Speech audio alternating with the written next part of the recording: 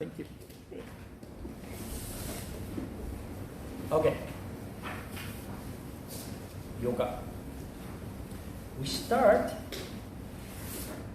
with the first file that you received titled Dharana, Ajna and AUM. Dharana is one of the three elements of meditation. It's the first step. And it actually means concentration, which is a mental activity. Mental activity takes place in Ajna Chakra. We will explain Ajna Chakra a little bit, and then it will again be discussed in lesson 18. We will discuss all the chakras one by one. But I made it an extra subject of this lesson, lesson 3, because everything revolves around Ajna Chakra. At least everything should revolve around Ajna Chakra, because most yoga doesn't.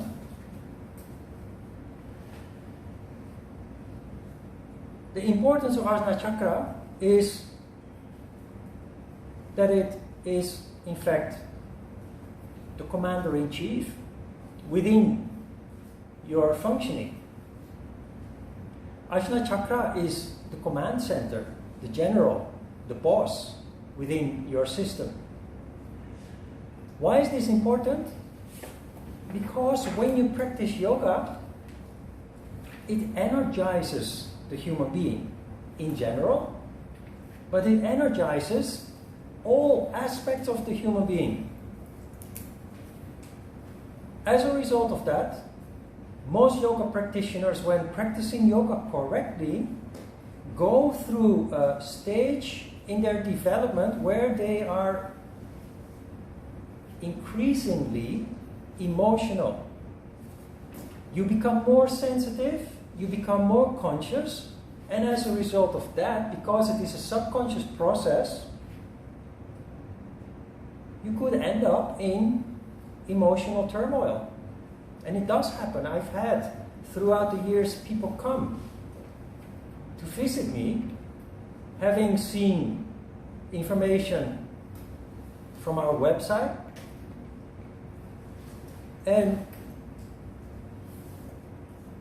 they're sparkling with energy, brimming with energy, and they say, "Ron, I practice yoga every day, sometimes twice a day. I'm supposed to feel better. Why am I not feeling better? I feel good, but on the other hand, I have to cry all the time. Why do I feel so emotional all the time?" The reason for that is yoga has been practiced without meditation. Yoga has been practiced without systematic approach. It has been practiced just basically at random. What happens is all the chakras become energized, but without plan, without control system in place. And that control system is, of course, first and foremost, the theories that we are discussing here. From yama, niyama, and everything else. Insight into the chakras, which is a big part of this course. But it is also very important to practice yoga correctly with a focus on Ajna Chakra. The reason why people end up in turmoil is increased sensitivity and consciousness, because emotions are part of the function of the chakras. When the chakras are more energized, clearly the emotions are more sparkling. So emotions are not bad, don't get me wrong. Emotions are signals. They indicate situations that we find ourselves in. The problem is, if we are not conditioned, we undergo emotions subconsciously and we suffer from it. Partially because of ego. Because ego causes us to be attached to an emotion, and we often even exacerbate the emotion. Kind of immerse ourselves in the emotion. It's a very interesting human tendency. natural human tendency. But if you don't understand that and you're not aware of that, because it is a subconscious process, it can become very disturbing in your life. So disturbing that it debilitates you from doing your normal daily things like study, work, or taking care of the household. So Ajna chakra is important. And with that, the practice of meditation should be an inherent part of every yoga practice.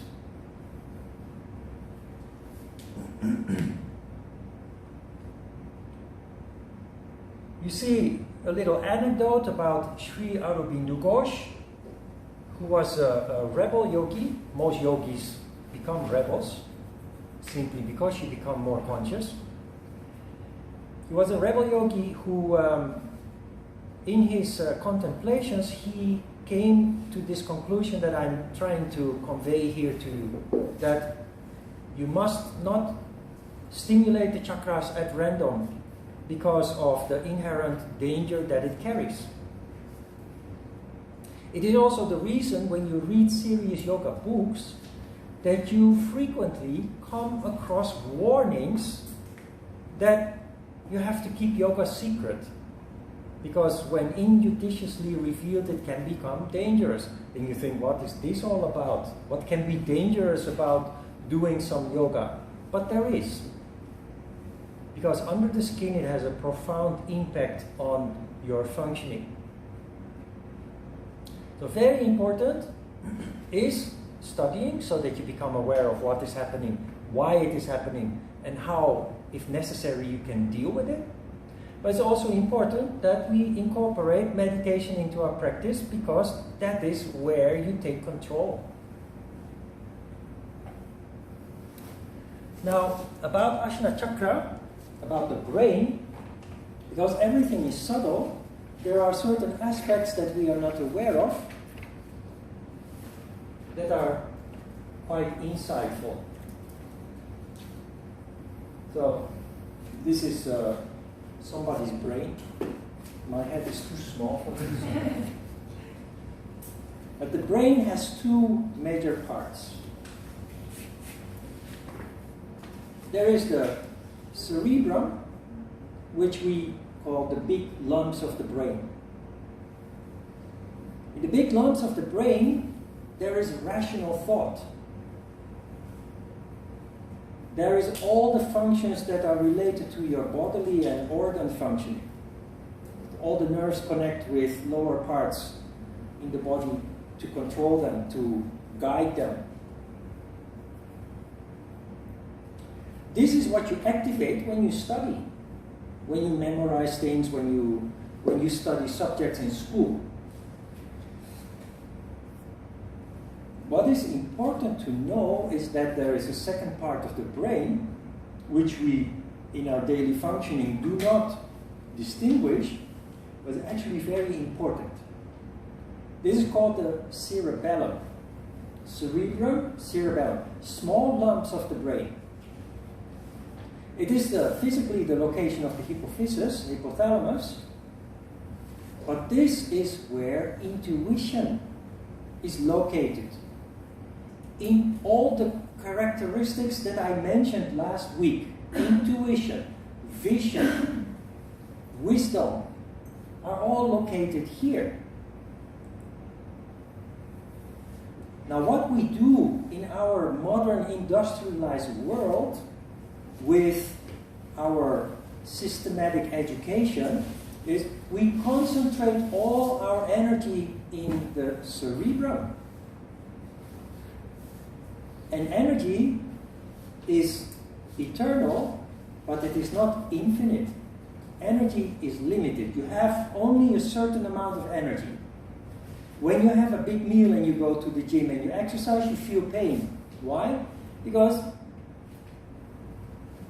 digestion requires a lot of energy, which you then temporarily do not have available for another major engagement. So you need to take a rest, digest your food, and then go to the gym. It's the same with the brain. If all your energy is here, there is no energy here. Interestingly, that leads to people becoming very intellectual, but losing intuition. The interesting thing of this is that if you combine the two, you get genius. Now, to make this even more clear, ancient people, they didn't have an intellect. Most. They couldn't read or write. Thinking was not as straight as the modern human being thinks. Thinking was very symbolical. So here was not much energy, but there was a lot of energy here. So ancient people were very sensitive, very connected with nature. So there are many ghost stories, stories about ghosts and spirits in the mountains, in the forest, everywhere. The modern human being doesn't feel that anymore, but ancient people, being very intuitive, very sensitive, they were very connected with the universe, with the environment, and with other beings in the world. The problem is, however, they did not have the capacity to rationalize everything that they feel, which leads to fear, which explains why the ancient world was full of superstition. Even today in Korea, when you meet the older generations of Korean people who are from before the Korean War and the Second World War, did not have the benefit of education, often not able to read or write. They are like that. And there are many Korean people here, when you talk with your grandma or grandfather, they're full of superstition. There's a lot of superstition that you roll your eyes and you think, Grandma, how can you think, how can you believe that? Because as a rational human being, you rationalize what you feel, and that eliminates the fear. So no superstition. That is why older generations are still full of superstition. Younger generations are very skeptical, which is a healthy thing to have. But in the end, what it is all about, of course, again, is to find balance between the two. Here we don't have to work anymore. You all have 20 years of compulsory education behind you. So you're top heavy. In fact, all we have to do now is simply restore the balance, and that is what you do when you meditate, when you practice yoga. You will see that you will gradually become more sensitive and conscious. You will see that in the long term you become more intelligent. IQ is based on insight, and is not only located here, but is a combination of both.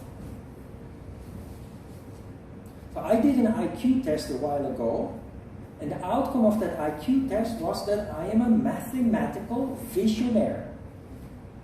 Why is that? Because yoga gives you the ability to see pattern. And a big part of IQ test is solving patterns. All those questions were perfect. Because of your ability to use both entities. So I told you just before that people who combine both become genius. It is what you see. You can go to school and get a degree. Then basically you have an enormous amount of knowledge, but it is theoretical knowledge. So it's something that you have absorbed. But if this part is not functioning or not functioning much, it just remains a theory. Nothing revolutionary about that. And you basically keep repeating the same theory without adding much new to it. Genius occurs when the cerebrum becomes involved and you start developing new insights. That is where new inventions come from. Inventions in technology or deep insights into how society is functioning. That is what will happen to you. You will develop insight in yourself, your past, and your future. And when you have a hand on that, when you have some sense of control over yourself, you then start expanding that insight to the outside world. And you develop insight in society on a national level, but also on an international level. So in practical terms, this is incredibly valued. And when you know how it works, then you understand what yoga really is about. It's about cultivating qualities in the human being that do not come into existence if we don't approach them in a controlled way, in a systematic way. So looking at it like that, from that point of view, you see that yoga is basically the forerunner of our modern education system.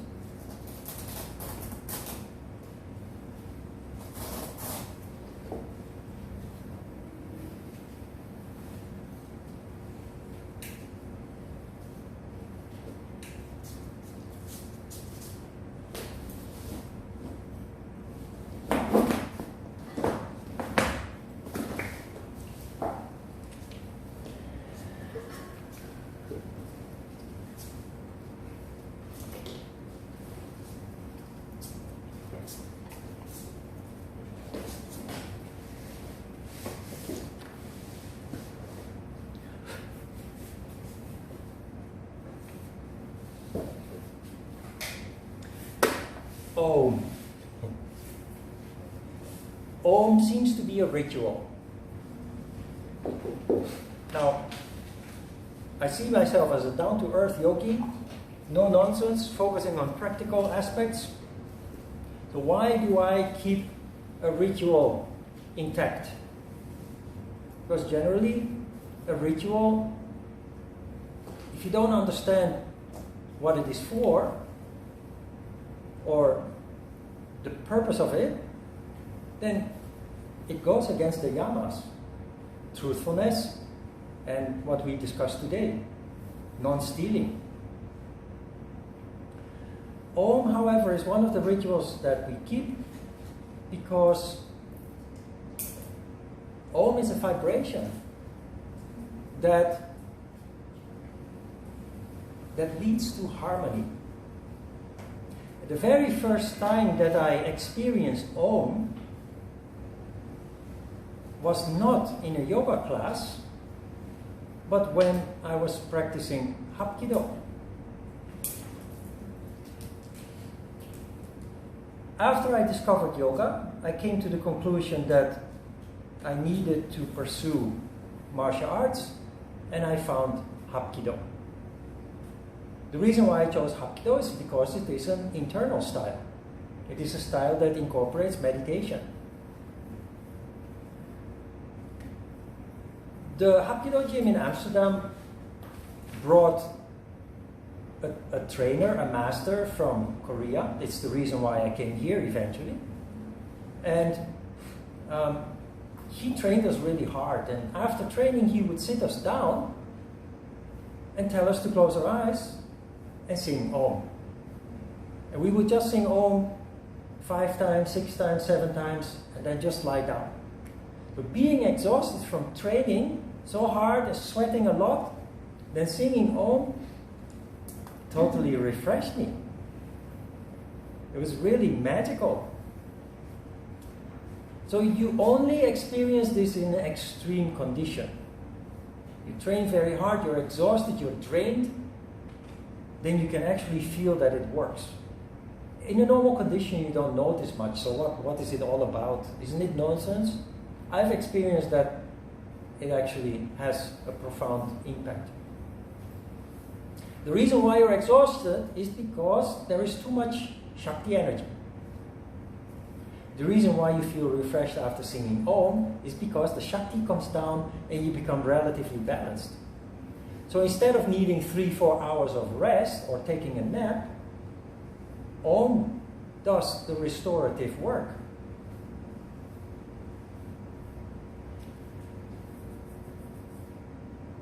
How do you sing Om? Om does not come from the throat. Some people ask me, yesterday people also asked, I had a workshop in Yusan where there was a student from the previous course, and she said, Ron, we had dinner at the end of the course and I couldn't attend because I had brought my dogs to class, so I had to bring them home. So at the dinner, people were gossiping about me. People, of course, like to gossip about the teacher if he's not there. But the question was, how is it possible that he can sing Om so long? And it's really not that difficult. But Om comes from the belly. And listen to the difference. Close your eyes.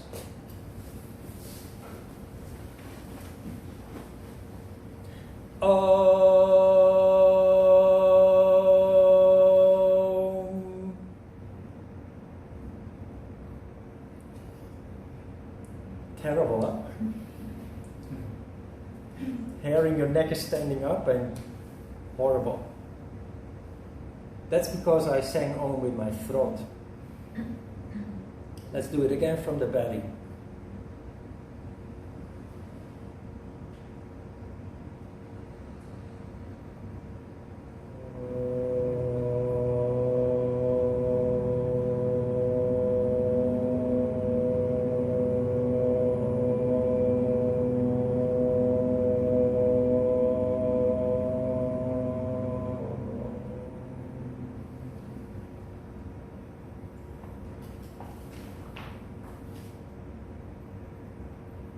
Feel that? It's undeniable. Such a huge difference. To sing Om from the belly, you are very economic with the air that you expel. That is why you can sing Om quite long if you do it from the belly. It's not that difficult at all. And you very clearly hear the difference. First one is disturbing, the second one is very nice actually, because it's harmonious. It's a vibration that leads to harmony.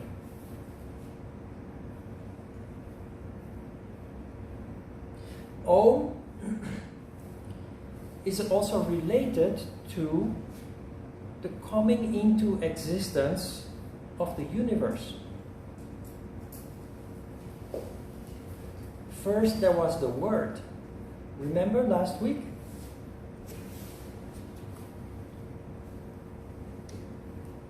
First there was the Word.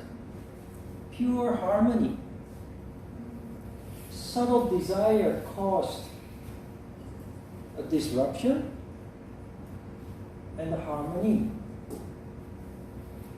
started to fluctuate, undulate. This is where we fell out of paradise. Pure harmony is paradise. It's also called Brahma, which is something like God, but it's much more than that. We'll talk about this today, by the way, after the break. Pure harmony. Om. So not Om, but Om.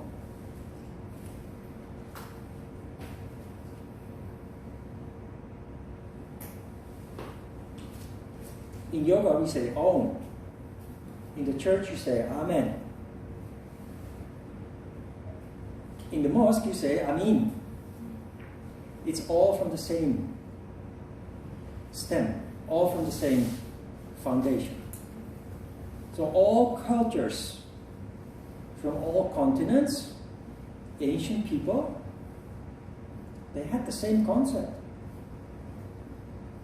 Intuitively, they all came to the same conclusions.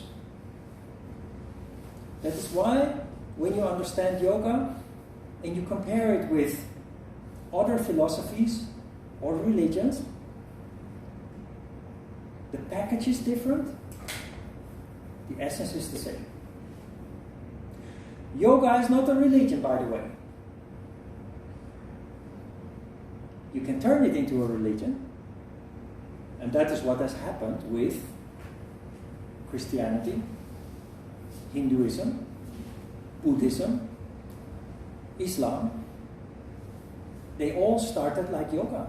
Philosophy of life, science of life. But then came people with not so good intentions, and they turned it into a way to control the population, tax the population, and eventually even oppress the population. Instead of bringing light, they brought darkness. Ironically. So when people ask you, is yoga a religion? The answer is no. Yes, Tenzin? There's just a view among Indologists that yoga may have grown out of types of shamanism in the region. Just one. I don't know if you consider shamanism to be a religion, but some scholars believe that yoga grew out of Indian shamanism. Yeah, what is a shaman? A shaman is in fact a yogi, or a holy man, or a Buddha, or a Christ, or a real shaman. There are many fake shamans too. But that means it's in the past, every village, every tribe, every society, small and big, had their own holy man or woman. It's the sorcerers from our youth stories, childhood stories, the witches, the medicine men and women, the sorcerers, the magicians. They were in fact people that were trained from childhood on. They were initiated into the secrets of basically like what you're studying here, but then in a different setting. We do it in a much more practical and rational way, so it becomes very effective to apply in daily life. But ancient people functioning very differently. It was surrounded by ritual, symbolism, lots of symbolism. That's why they dress up strange, and they have head dresses, and they have all kinds of tools and things. But it's all about consciousness. It's about medicine, about healing, with the limited tools that they had. So there's a lot of mystery surrounding that because of the symbolism, but the essence of it is the same as yoga. And shaman is in fact a medicine man or woman, right? Just not with the pharmaceutical tools that we have these days. It's based on energy.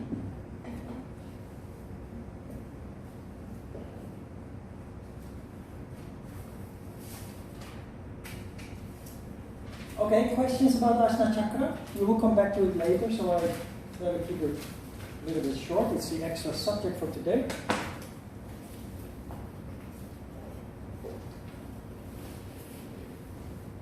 Dharana. How do you meditate? There are many different kinds of ways of meditation. The Hatha Yoga Pradipika suggests only one.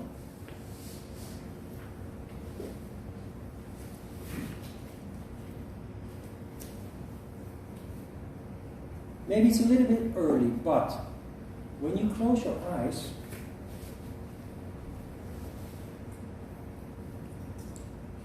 you hear the machine, of course.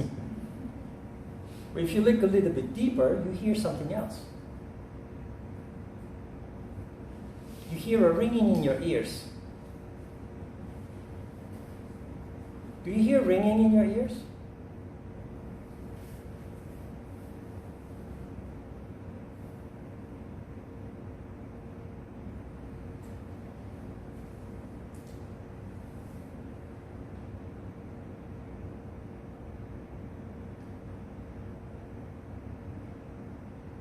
Okay, please open your eyes again. Who hears ringing in the ears? Very faint. It's very faint. It's so faint that most people don't recognize it. Nobody except Artina and Ali. How does it sound? Huh? How does it sound? Is it high pitch frequency? Yes, exactly. When I was a child, I heard it, but I haven't been able to hear it as an adult. good that you mentioned that. Yeah. When the first time that I learned about this sound, the sound is called nada. You know what nada means in Spanish? It's not Spanish. The sound is called nada. In Spanish it means nothing, but it has no relation. It's just a funny coincidence. Nada is sitting here also. Oh, it's nada, right? The first time I heard about nada, I immediately recognized it, and I thought, oh, as a child, I was always listening to this sound. I'm from a big family, so my mom had a very strict routine. So we had to go to bed 6 o'clock. At the age of 8, it became 6:30. At the age of 10, it became 7 o'clock. But you had to go to bed, no exception. 7 days of the week. So you lie there in your bed, still bouncing, full of energy, and you lie there in your bed and you're just staring at the ceiling or the curtains, listening to nada. I also remember, because in Holland the weather is not so nice, the Netherlands, but every district has indoor and outdoor pools, public indoor and outdoor pools, very cheap. So as a child, you spend your whole summer vacation in the pool, often even when it rains. Funny is that when it rains, the water feels warmer. But you spend the whole summer in the pool, and when the weather is nice, it's busy, it's bustling. You swim in the cold water, and you come out and you feel refreshed, and you close your eyes, and your consciousness is affected by that. Also because of the sunshine that you feel on your skin, the wind blowing in your hair, which I still had at that time. And you hear the people, you hear the laughter, the people chattering and what have you. And it all melts, it all fuses together, that atmosphere. And nada. Always nada. You're not aware of it until somebody tells you about it. So now only Artina and Alina recognize it, but by the end of today, most of you will actually have an epiphany that, it's there. You will see during your asana or during your meditation. Most of you will hear it, if not, during the rest of the week. While you ride the subway or while you are at home, just for a moment, just staring at outside the window. Or I used to sit a lot in front of the window as a child, as a teenager, just watching the people passing by. We lived on the second floor, so close to ground floor, watching the people coming by, going or coming back from work or school, the birds flying around, and basically just contemplating and listening to nada. Subconsciously, without knowing it. A long story about nada. Why? Nada is very important. It is your tool to meditate. No, not to meditate, to concentrate. Dharana. The first step on the path of meditation is dharana.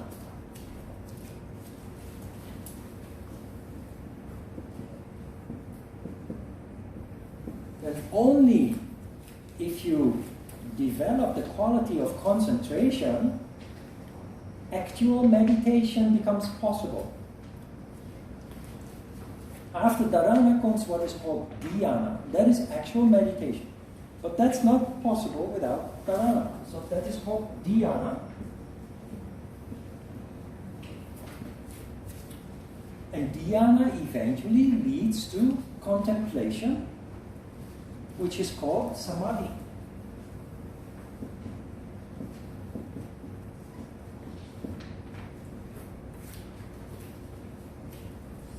So meditation, I told you there are many methods of meditation,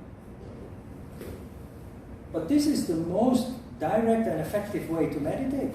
without any tool, without any distraction, so no music, no candle, burning candle or sound balls or things, just directly related to yourself.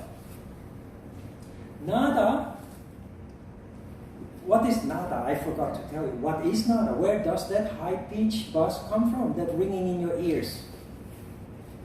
It's energy. Energy has a vibration. And nada is simply the vibration of the energy that you are made of. Which means that everybody has nada.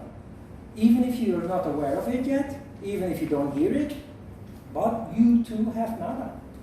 And you will sooner or later recognize it.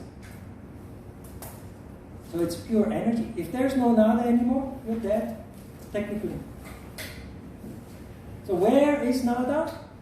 I said ringing in your ears, because that is the easiest way to tell you, to draw your attention. Some people will say, I hear nada in the middle of my head. Some people will say, I hear it around my head. Which one is correct? They're all correct. It's inside and outside your head. Approximately 60 centimeters in diameter. It's a ball of energy. If you can hear nada, then you start using it for your meditation. No distractions, only nada. So how does Dharana start? You close your eyes. Last week we already did. You start simply observing. What do you hear? What do you feel? What do you think? So first you hear the gross things. The sound of the machine if it's on, air conditioner. Today it's quiet. Last week it was quiet. But I noticed in the previous course, the restaurants downstairs, they have these big machines that suck air from the kitchen. They're pretty noisy, so you can hear that. It's a constant drone. It's not really disturbing, but it's clearly there. So when you close your eyes, you start becoming aware of that first. Do not be distracted or disturbed by any of these sounds. Simply accept them in a neutral way. They're just there. And you cannot change that. So you basically befriend those sounds. Once you have accepted them, your perception becomes more subtle. And you start becoming aware of more subtle aspects. Your breath. You might even notice your heartbeat. Feel your heartbeat. You start noticing things that you normally do not notice in daily life. Because your perception is limited to gross elements. While you start perceiving more subtle levels, breath, heartbeat, nada appears. And that is where you say, now I'm going to work. You start, from the moment that you hear nada, you start focusing exclusively on nada. The Hatha Yoga Pradipika mentions nada many times without mentioning nada. They call it the mysterious sound. They call it the inner sound. And yet many yoga teachers don't know about nada. But it's mentioned actually several times, clearly, in the Hatha Yoga Pradipika. That inner sound becomes very familiar once you have recognized it. You notice that it is there actually throughout the day and the night. So we project nada in the center of the head. It is in and around the head, but we project it inside, in the center of the head. And because your perception is now subtle, you become aware of your subconscious thought. You start noticing that there is a river of flow, a flow of thought that is permanent, 24 hours a day. A flow of thought that influences how you function, subconsciously, determines your actions and reactions subconsciously, and therefore most of the times without control. You start now observing that flow of thought. That flow of thought is a distraction. You do not dismiss it or fight the flow of thought. You simply, you notice the distraction. This is a thought. Your attention away from where you want it to be, and you simply go back to nada. This is where mind control starts. This is where the cultivation of this quality in Ajna chakra, this is where you nurture the general, the commander-in-chief in you. Because everybody can nurture this entity. And it is, especially as a yogi, very important that you do. This is a relentless process. The moment that you have returned back to nada, there is already another thought lined up. Or the same thought simply comes back, but there is another distraction. The moment that you are aware of the thought, you simply decide, I don't want this thought. I want nada. And you do that again and again. In the beginning, it might be very frustrating because it doesn't shut up. But if you continue to do this, you train your mind to be quiet. And that is where you give energy to the cerebellum, allowing those higher characteristics to manifest. That is where you develop vision, wisdom, deep insight, intuition, which is a condition all of you have already experienced in life. But it is always coincidental. And it is almost never there when you really need it. Epiphany, a sudden realization, happens when by coincidence there is some energy in the cerebellum. So how nice is it if by training there simply is more energy in the cerebellum, and it is especially there when you want it to be there. You sit down, you close your eyes, you just surrender, and you are capable of solving the biggest problems that you are facing by sheer insight.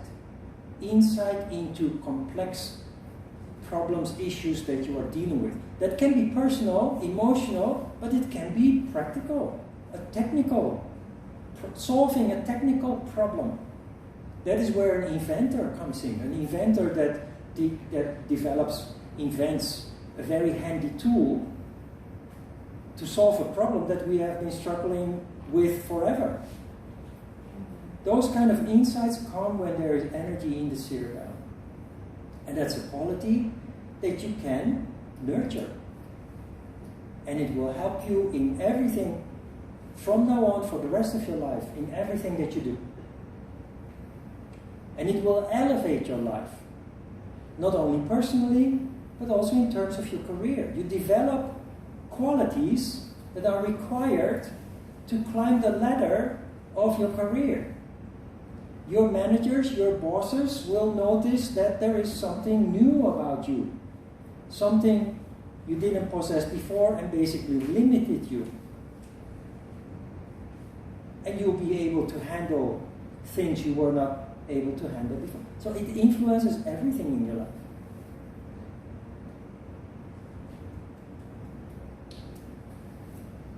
So that is the significance of meditation. This is what you're actually doing. Meditation is not a luxury. Meditation has profound impact, deep impact into the functioning of the human being. Ali? As you mentioned that about the existence of nada, but if someone hear that sound, so does it mean that all the chakras work properly? Does it mean that all the chakras are what? Work properly, anything? Not necessarily. There is a relationship there. Nada varies with condition. If you're very healthy, brimming with vital energy, nada is clear. Because the more energy you have, the higher the vibration. If you're in a very poor condition, the vibration of nada is very low and so barely perceivable. As you mentioned, he could listen that sound when he was in childhood. So Yeah. We believe that in childhood, the nadi is so our chakra works properly. So that's why most of the kids can listen that one. Children, physically they are very small, but energetically they're very big. They're big bouncing balls of energy. As adults, our physical body is bigger, but our ball of energy shrinks. Because we are trained and raised to do the wrong things. Well, it's the right thing from another perspective, but the price that we pay is in terms of vitality. And in the longer term, the price of vitality that we pay affects our health. That is why the pharmaceutical industry is one of the biggest industries in the world. Yes? Would you say japa meditation is a distraction or useless then? What kind of meditation? Japa. Mantra. No, it's a way. Just a tool. Mantra is a totally different story. Mantra is the ancient way of neuro-linguistic programming. You kind of indoctrinate yourself with an idea.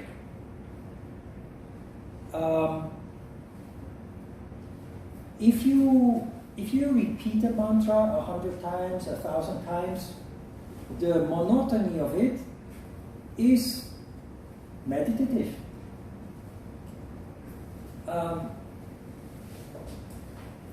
You could say that mantra singing or using tools for meditation, like staring at a burning candle, or there are hundreds of ways actually. That is elementary school. While directly going to the essence, that is more like high school or college. It's just this is the intellectual way of meditating. But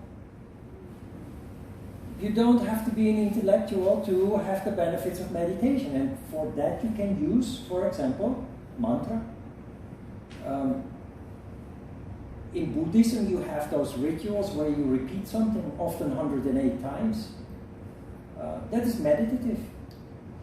As a child, walking back and forward to school, I would count the tiles that I was walking on, the street, the pavement. That was my way, simple way of meditation as a child.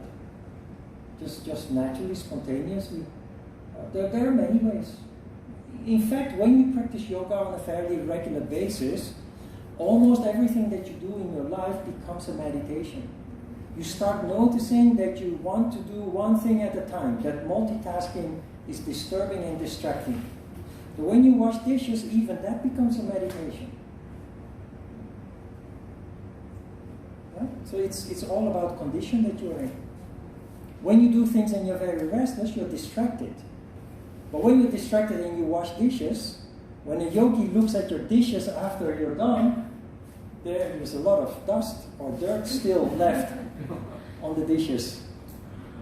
But when you practice mindfulness, when you have transformed into being a more meditative human being, you do things with precision, with attention.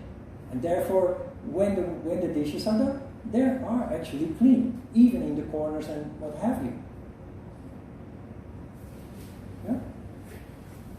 Yes? I was once told that in yoga, if you can sit still, close your eyes, that's you attained it. Is that true? You can close your eyes and sit still? So that's when you have attained the ultimate, being able to sit still in a meditative form, maybe in sukhasana or whatever. You've achieved yoga. Is it true? You know what Ajita used to say? When a person closes his eyes and not sleeping, or even in sleep also, there are rapid eye movements. So you can actually see the eyeballs moving under the closed eyelids. Now, Ajita always said that as long as the eyeballs are moving, there is no meditation. But these things are formalities. What is meditation really? Of course, what you are saying is when you sit and your eyes are closed and you're totally still, that is indeed an indication of your mental condition. Because when your mental state is restless, your body will also be restless.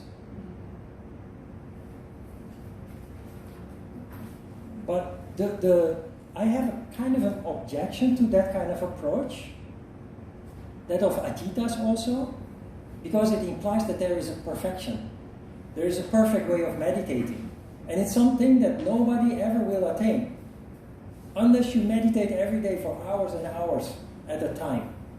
So it's frustrating for the normal practitioner who is just leading a normal life. When you're constantly being presented with the idea that you're a total, because that is what it comes down to. You're a total failure as long as your eyes are still having those rapid eye movements, and you notice that it's actually always the case. So that is not fair. My perception of meditation is that it's a very fluid and dynamic process. The most important aspect is simply that you are aware of it, and that you, by this process, actually try to canalize it, try to control it. And from there you will develop and evolve, and that's the only thing that counts, in my opinion.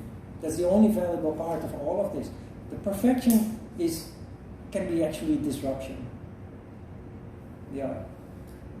But going through the process and developing, and then looking back and realizing that, yes, wow, indeed, I have changed, I have improved. That is all that counts, in my opinion. Regardless of the eyes moving and still having thoughts in the meditation. Huh? Yeah? Is there any reason why we're projecting nada into the center of our head? You have to have a spot where you are with your attention.